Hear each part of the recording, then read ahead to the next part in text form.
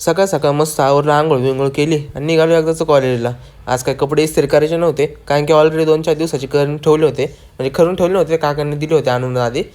एक लेक्चर संपवलं आणि मग खाली पाणी प्यायला आलतो. थोड्या वेळाने लेक्चर चालू होणार होतं.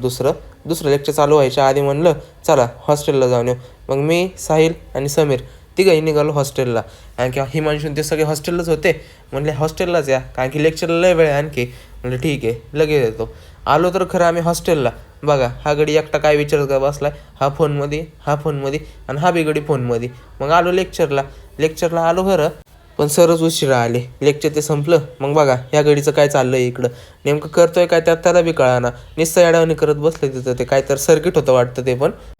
मग सगळं झालं. मग आम्ही सगळे निघालो जेवायला. जेवण ते सगळं केलं आणि मग म्हणलं आज कुठं तर फिरो. कालच्याच रोडला आलतो इकडं. म्हटलं पुढं कोणता रोड आहे आणखी ते पण बघू. तिकडं काय ते बघायला गेलो तर खरं, पण पुढं आलो